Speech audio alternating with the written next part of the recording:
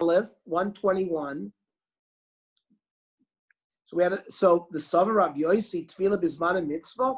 So for example, there are people who have to go to the mikveh. For example, let's say you're Tomei Mace, you're a Zav, you're a Zava. So on the seventh day, you have to go to the mikveh. And then at night, at Erev Shemesh, once the sun goes down, you can eat Truma. So there was a debate whether do you have to go that same day, or maybe you can go tomorrow. There's a special mitzvah to go Bizman or not. So we had a machlokas. And it came out that Rabbi Yosi held that it was a mitzvah to go the same day.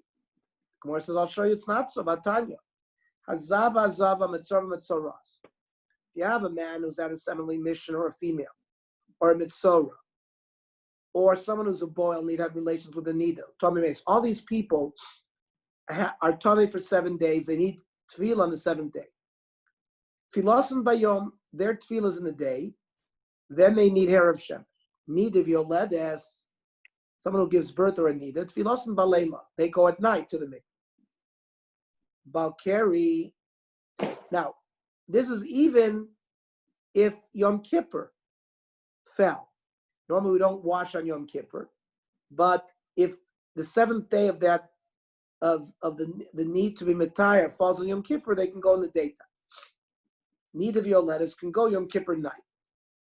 Balkari, Tova v'holach kol yom kulo. A Balkari can go to the mikveh the day he becomes a Balkari. Yosi Omer, min mincha lamala, erev Yom Kippur. After mincha eno tzarich lidbol.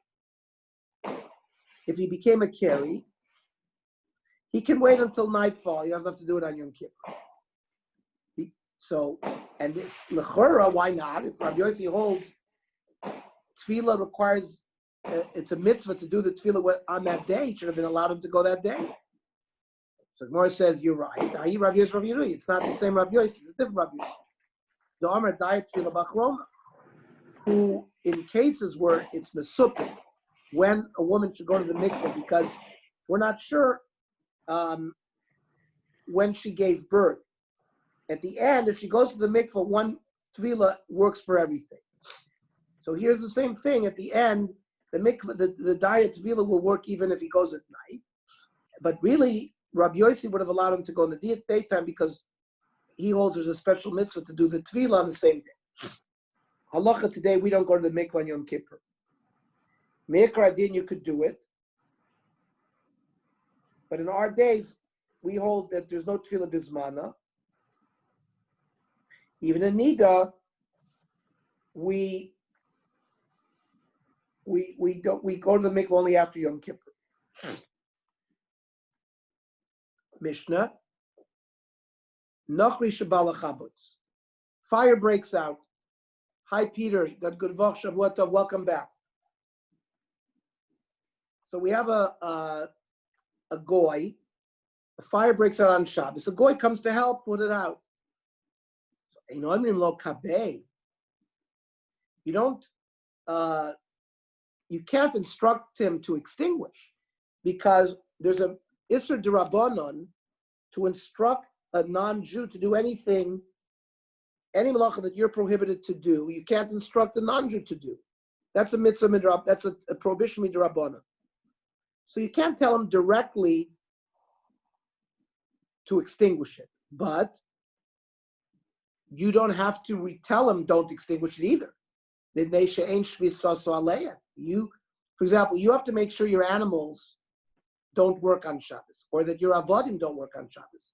But you're not required to tell a non-Jew not to work because he doesn't have a mitzvah of Shabbos. If a minor Jew comes to extinguish, we don't let him do it. Because it says bincha, vitecha, avdecha. The chiyuv to keep your children not to work is on you. On Rabami, bidleka hitir lomar. So the Mishnah said you should be silent. You can't tell him to extinguish, but you don't have to tell him not to extinguish either.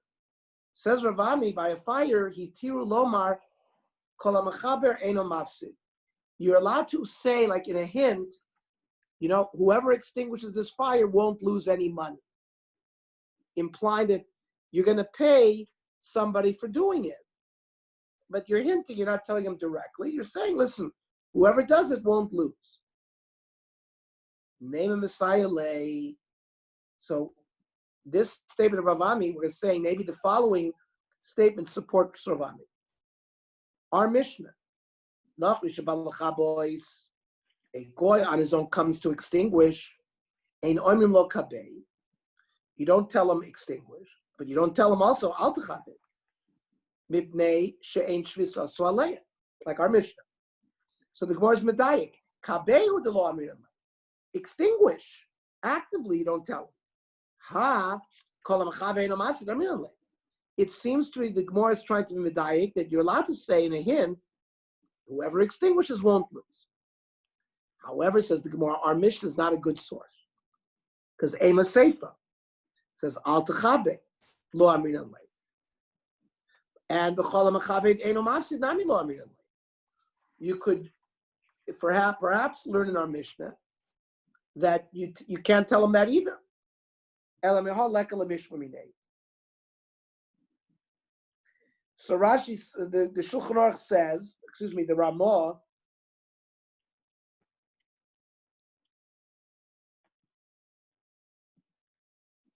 the Ramah says, "B'dleika shein bo sakon nefashos klal, av she'asur lomer legamri b'mefur she'yavo lechabos, muter lomer b'fanav kol ha'mechaber eino mafsid." You're allowed to say in front of him, whoever extinguishes won't lose. So that's how the Ramah paskins. Then the Ramah says a very important halacha. B'yameinu hitiru roshonim v'achronim lechabos b'yadayim kodleika michshash sakonis nefashos. Today, we are allowed to put out fires ourselves with our hands because of sakonis nefashos. Any fire is considered a life-threatening event, and you're allowed to put out with your fire called leika michashash sakonis nefashos, says the Ramah.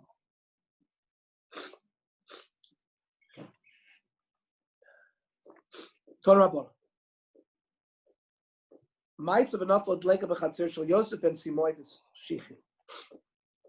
Fire broke out by Yosef and Shimoi.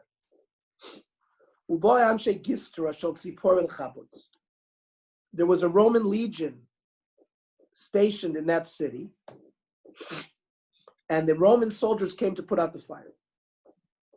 Yosef ben Simoy was like a treasurer for the king there. They wanted to help him. But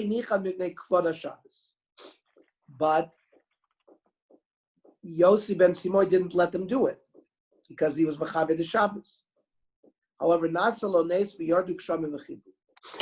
miracle occurred and rain fell and put out the fire.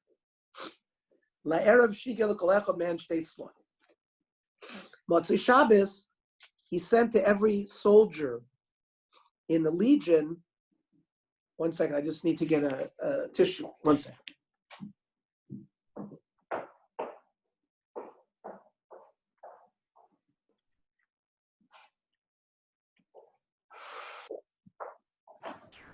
How is everybody? Good luck. Good luck. Good luck. So he sent money to every soldier who came. And the lieutenant, he sent them 50.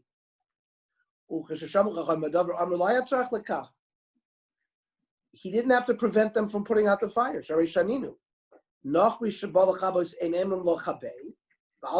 don't have to say don't put it out. And you don't have to say put it out. And you don't have to say don't put it out. It means he could have allowed them to put it out. But a minor who comes to put it out, you're not allowed to, because it says you have to make sure that your children do not violate Shabbos.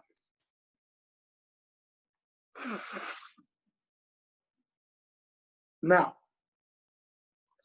The Gemara wants to learn from there an answer to a question that presents itself throughout Shas.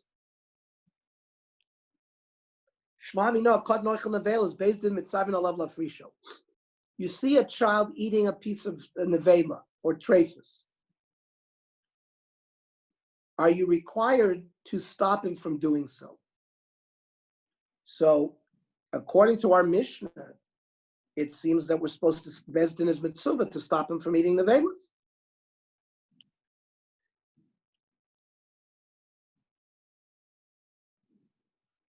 Which seems to go against to us another sugya in the Gemara where you're not required to do so. On Rav Yochanan, the Kod Noisel Das Aviv. Here, the son is present with the father. He sees the father's concern. He's doing it in a sense on behalf of his father. That's why you have to be mafresh. But if a child has nothing to do with his father, he's eating something treif, you're not mechayev to be mafreshim from the Isra. Means you. Remember, a father has a mitzvah chinuch. We're not talking about that. We're talking about a general. Bezdin comes around, sees a child eating. Bezdin's not mitzvah to be mafreshim from eating it.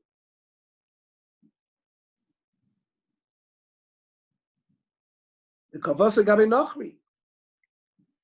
The ka'ava the daiti yishom mishari. We also, if for example a goy shows up because he knows for sure that the Jew wants him to do it, when it's not permitted either. Nochri the daiti the nafshiyah. The only time we're allowed to have a goy do something for us on Shabbos is when he's doing it for himself. Then we can benefit on the side.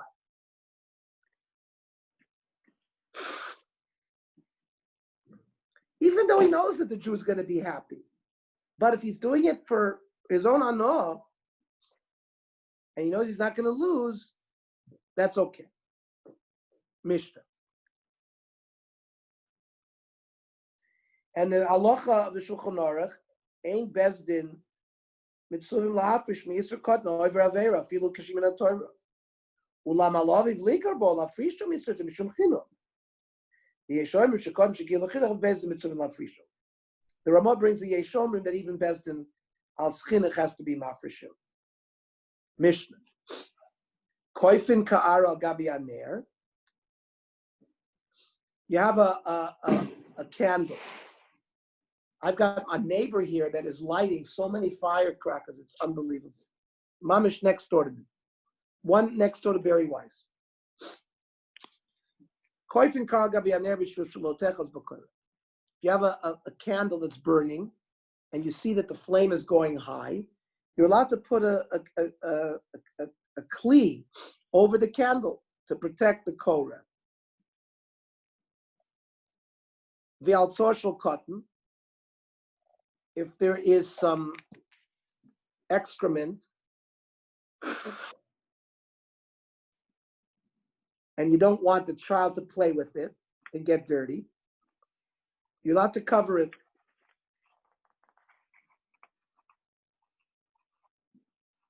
If you have a scorpion, you can cover the scorpion so it won't bite. You're trapping it? The Gemara will go into this discussion. Rav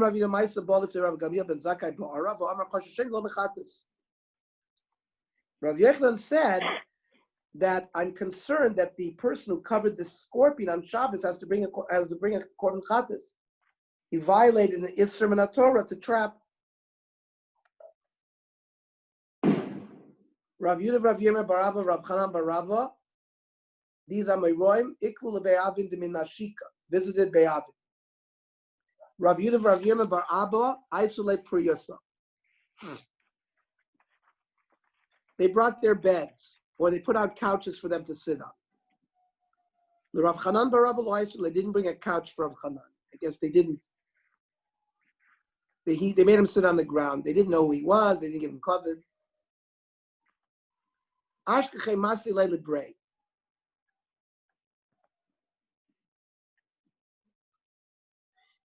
The time that they arrived for the visit, Rav Avin was teaching a Mishnah to his son.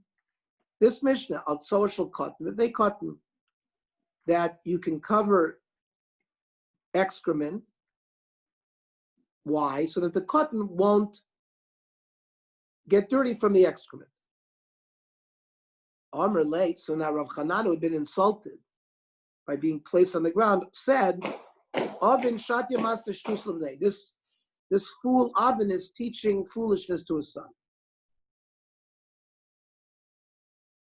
Why does he have to cover? Valohi Atzor Mucheres L'Klavim. Means what's the big deal that he said you could move a kli to cover? See, normally you could not move a kli to cover something that's muktzah if it's not prepared for that day. But Rav Chanan understood that dogs will eat dung, and therefore it's not muktzah, and therefore, what are you putting the only reason to put a kli over something is because you can't touch it to move it. But Rav Chanan is saying it's not muktzah. You can move it itself. But put a kli over it. Just move it out of there. Well, maybe it was not prepared. Remember, something to be prepared for use on Shabbos has to be prepared from Erev Shabbos. So maybe this wasn't prepared from Erev Shabbos, but that's not a problem either. Water that comes down through rivers or streams, and you take some of that water for use. Now, each person can only go 2,000 ames. That's the tchum that a person is allowed to travel. That's his regel.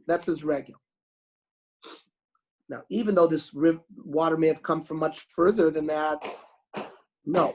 We say that the water, he was planning for that water to eventually show up. Now, a baby makes excrement every day. So even if it wasn't laid, even if the excrement wasn't created, Erev Shabbos was created on Shabbos, but you expect it.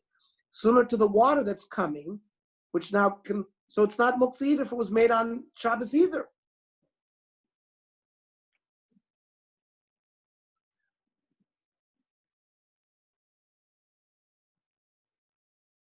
So Rav Avin asked Rav Chanan, Heichi Asne, fine, so how should I teach if the excrement was really not muktzah, what is the correct understanding of the Mishnah? Ema al tzoa shel tarnagolim if they cut. Now, feces of chickens, you put that were just made that day, that dogs will not eat, so it's mamish muktzah. And we don't want the child to start playing with it. He's going to get dirty. You can't move the feces out of there because it's muktzah. So you can cover it. So that's how Rav Chanan explained to Rav Avin how the Mishnah should read. Al tzor shel tarnagolim that they cut. Afraid to go more of a typically Navi Graf Shel Rei, a chamber pot that people used to use in their bedroom. They wouldn't go outside. They would go to the bathroom in a pot. And we learned, Rashi brings from Bates, a Graf Shel Rei, mutar l'tzia la'ashba. Because it's disgusting, you're allowed to take it out. So why don't we treat this the same way? V'chitem a Graf Shel Rei agav mana im. Iu gofelo. So a Graf Shel Rei is a kli. So maybe because you're moving the kli, we allow. But the excrement itself we would not allow. But that's not so, because vahu achbar, there was a mouse, that was found among the spices or perfumes of Ravashi. Take it by its tail and get it out of there. So it didn't have to be in a kli. You could remove the item itself that was molten.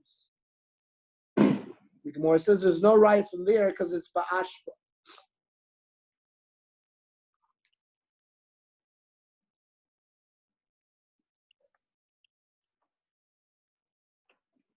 So the chicken feces was in a garbage dump where normal people are not around. So therefore, you can't take it by itself. You have to cover with a clean. The cotton brush from my boy lay. So what's the cotton doing there? So he was in the chutzner. So the chutzner is like your house. Chutzner nami grav shel rehu. So he says ba'ashpa shebachutzer.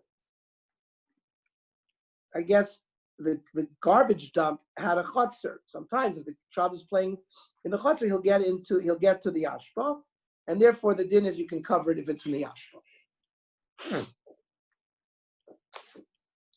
Then the Mishnah says valakrav shlo tishach. You can cover a scorpion so it won't bite. You're not allowed to kill. You're not allowed to kill something on Shabbos. However, Rav Yoshua ben Levi says any dangerous predator you are allowed to kill. And right now, the Havamin of the Gemara is even if they're not running after you directly. If these things are running after you and it's a sakon nefashos, we don't need the dinei Shabbos to be matir. You're allowed to violate anything on Shabbos for pikuach nefesh. So this din explains Rashi that you're allowed to kill and violate a doraisa, even on Shabbos, to kill dangerous animals, even if it's not coming after you. Why? So this goes back to our machlokas. When you killed an animal on Shabbos in the Mishkan, it was because you wanted something from the animal, the hide or the ink of the chilazon. That's called melacha shetzricha lagufa. To try to do if you do a melacha that was similar to the way it was done in Mishkan. Now here, or it's a machlokas Rashi and Tosfos in a previous Gemara that we learned in how to define it. But let's say the other definition also it works here.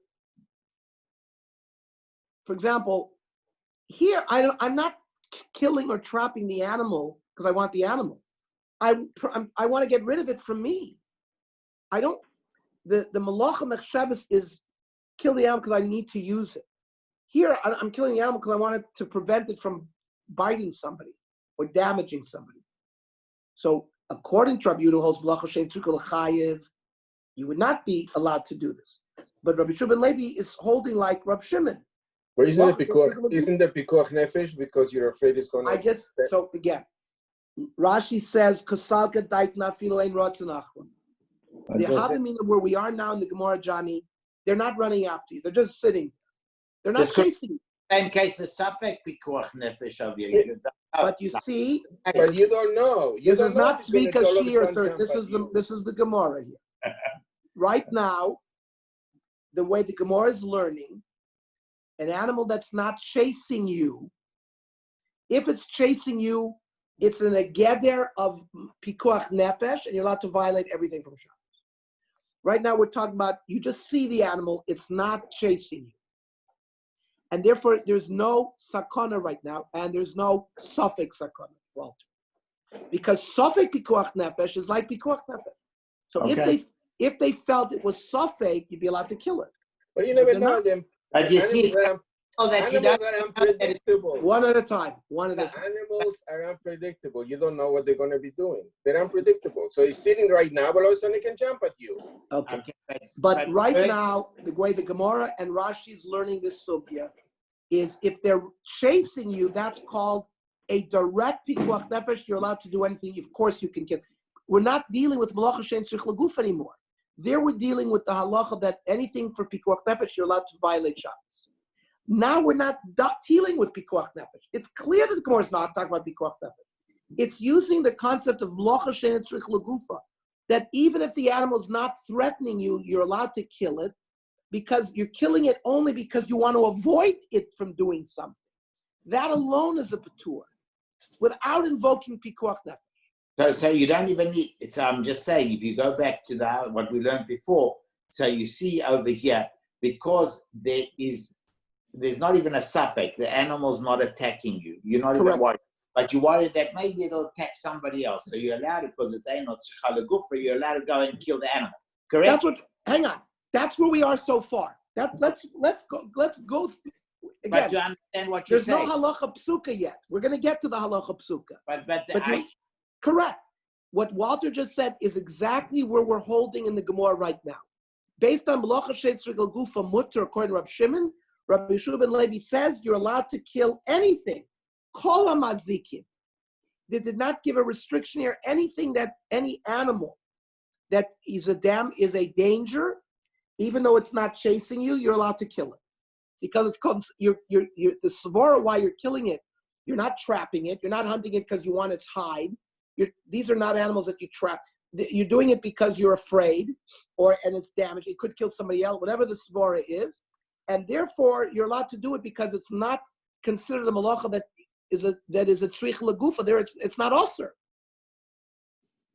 That's where we are so far.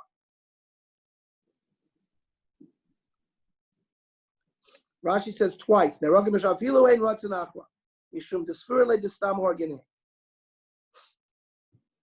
Says Masif Rav Yosef, Chamisha nerogin b'Shabbos. There are 5 types of dangerous animals that can be killed on Shabbos. Elohei, Zvuv shebe'eretz Mitzrayim. There was some kind of fly in Egypt. Sira shebe'ninveh, the wasp in Ninveh. Akrav shebe'chadyav, the scorpion in Chadyav. Nochash shebe'eretz Yisrael, snakes in Eretz Yisrael. The kelev shoyte b'chol makom, and a rabid dog. These can be killed on Shabbos. L'chora, other things cannot be killed. Mani. Who is this? Ilem Rabbi Yehuda. You're telling me it's Rabbi Yehuda. And again, we're talking about they're not chasing after you. They're just sitting there. But you still can kill them. If you tell me it's Rabbi Yehuda, can't be Rabbi Yehuda. Because Rabbi Yehuda says that even if you kill an animal for a reason that you want to keep it away from you, not because even though it's a malacha shein tzrich leguf, it meets that criteria, you're still chayiv for that. Elalav Rabbi Shimon. And says this is the masiv of Rav Yosef. Hani hu d'sharach v'nilo. Rabbi Shimon Levi kol hamazikin erogin b'Shabbos. All dangerous animals, not at this specific list of 5. So this is a kasha on Rabbi Shimon Levi. Amar of Yirmiyah, Uman name alon dahametartztahi.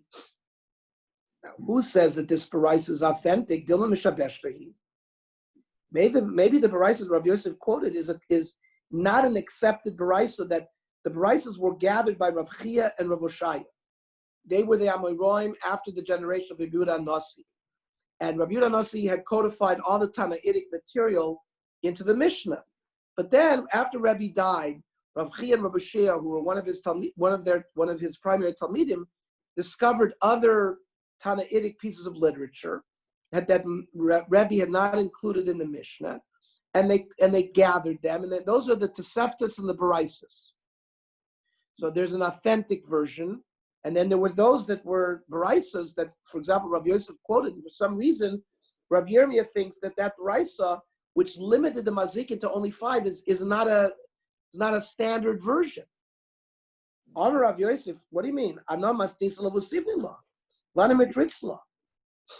No, the baraisa that I got is standard. And when berotzu achrav divrakol.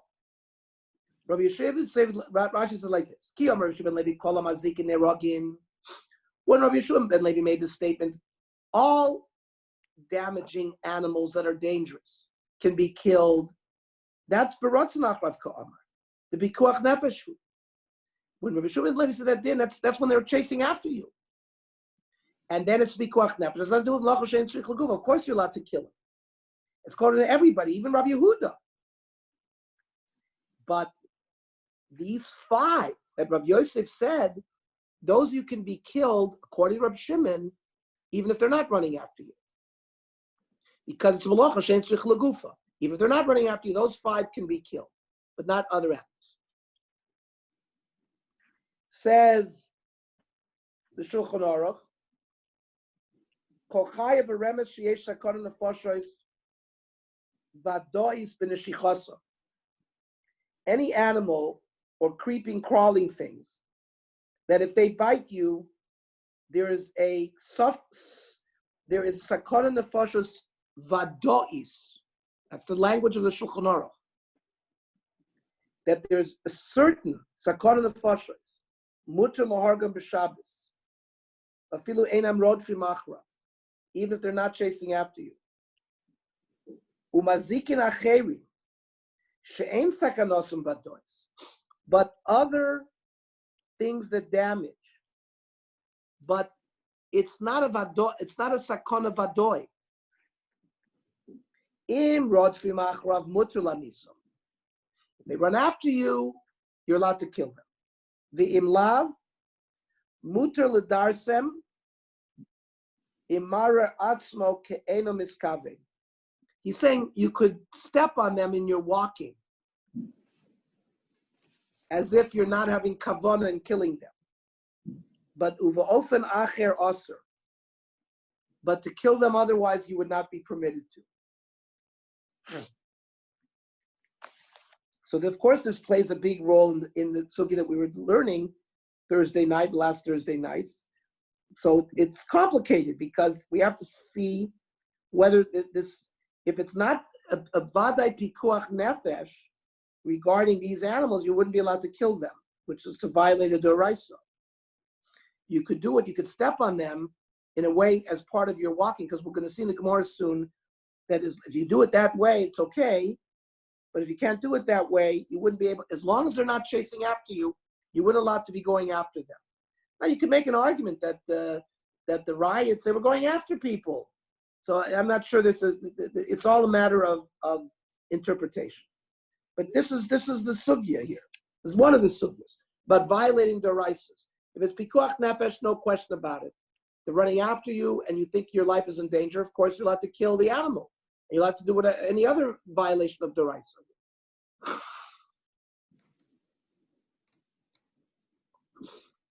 Tony Takamed Rav Ravuna.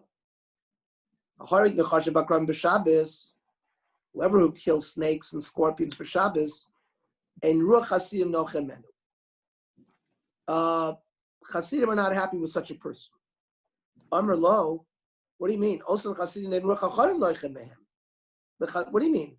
Those Hasidim who frowned on this act of killing snakes and scorpions, Chacham are not happy with them. Because Chachamim want them to be killed, because they're dangerous. Upligid Rav Huna. But this approach is different than Rav Huna. Rav Huna Chazielahu Gavra, the Kakotel Zibura. Rav Huna saw somebody kill a wasp on Shabbos. Amrle or a bee. Amrle Shlem Sinu Lakulu.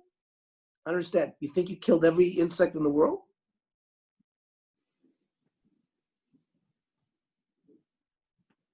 And L'chura, it seems that Rav Huna was not happy that he killed this wasp. Don Rabbanon. Somebody had a snake or a scorpion, come to them, hargan, and you killed it. Hashem sent you to kill that thing.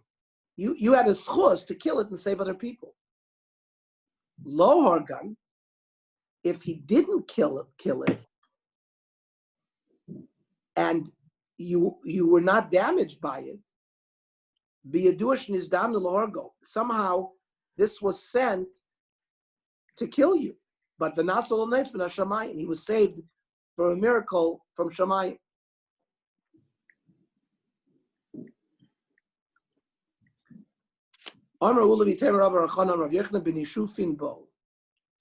It's only if they were hissing at you.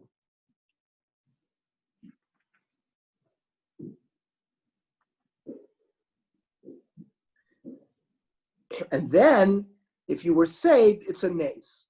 But if they weren't hissing at you, it's not necessarily, perhaps you were not in that danger. It was, because that's how a nachash, when he Rashi says, came srika, shurosh, son of the gets angry, hisses. So in that case, that's what we're talking about. If it's not a hissing, then it's not the same.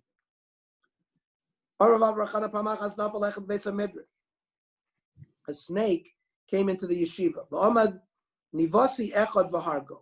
Somebody from the place of Niva came and killed it. Amar Rabbi. The one who killed it was like the snake, meaning he himself was a dangerous person. Just like a snake is dangerous, the guy who killed him was also dangerous. I mean, was this a praise? Was he praising the guy? Was it a good thing or not a good thing? Toshma. They were in the Chutz of Rav Yanai, Nafik Milsa Bebenayi.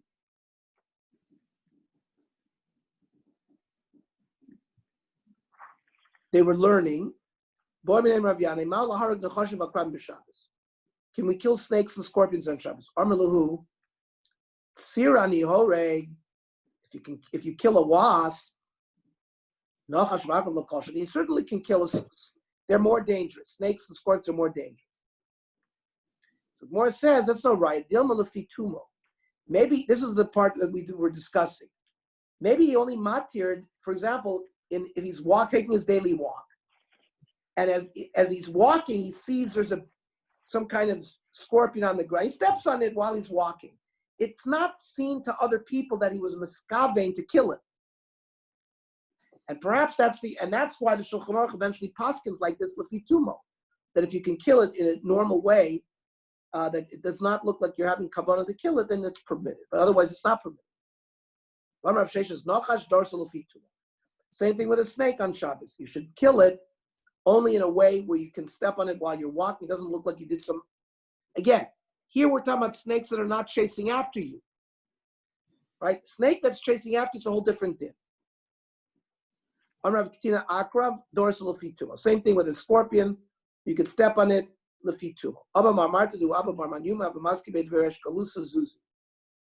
He owed money to the Reish Galusa. They were like torturing him to get the money back. And it was Shabbos. Havish Shadiruka. There was some spit there. Amr the Reish Galusa, Aisu Manis Chifu Eloi.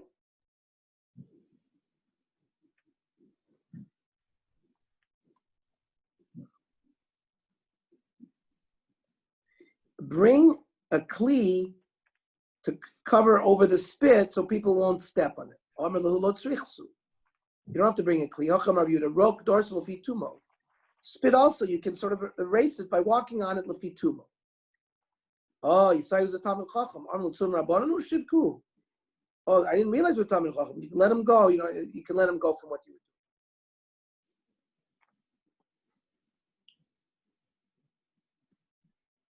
doing. And what's the problem with stepping on spit? It's like you're filling in gumos. It's like binyan. It's like you look like you're smoothing out. So you can only do that if you're doing it as you're not showing kavanah that you want to do that. You're just walking, and you can erase the spit that way, but otherwise you can't.